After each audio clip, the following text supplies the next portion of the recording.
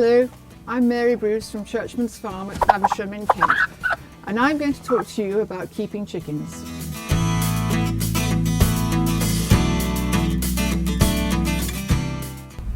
I'm going to talk to you about keeping free-range chickens. The first thing you need to do is have a big enough piece of ground, of course, available for them. Don't overload your ground with too many chickens. We have here 250 in these 5 huts here, 50 in each hut. It is important not to overload the ground because you will end up with disease and respiratory problems, which the chickens are quite prone to. You must have some sort of shelter. They do like trees, the shade of trees if possible. And of course fencing, electric fencing or other fencing around to keep them contained.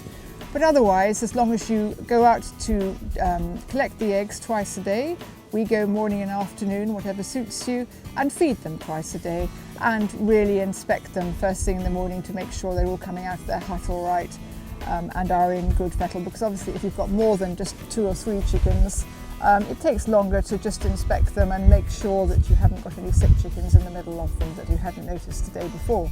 We feed twice a day, morning and afternoon, whatever suits you, but it is a good idea you need to collect, when in that quantity you will need to collect the eggs twice a day. We also, in the free-range hens, at this quantity, we feed layers pellets as opposed to layers mash because there's far less wastage involved, and of course when you have a lot of hens, economics come into it in a big way. Obviously water is very important for free-range hens, and you have got to make sure that you have big enough containers, or you have a constant supply of water, perhaps on a long hose pipe with a ball valve. You can special water containers with a ball valve, and as they drink obviously it fills up, but they must never run out of water. Obviously in the winter, again, you have to be very careful to make sure that your water isn't frozen, that they can get at water.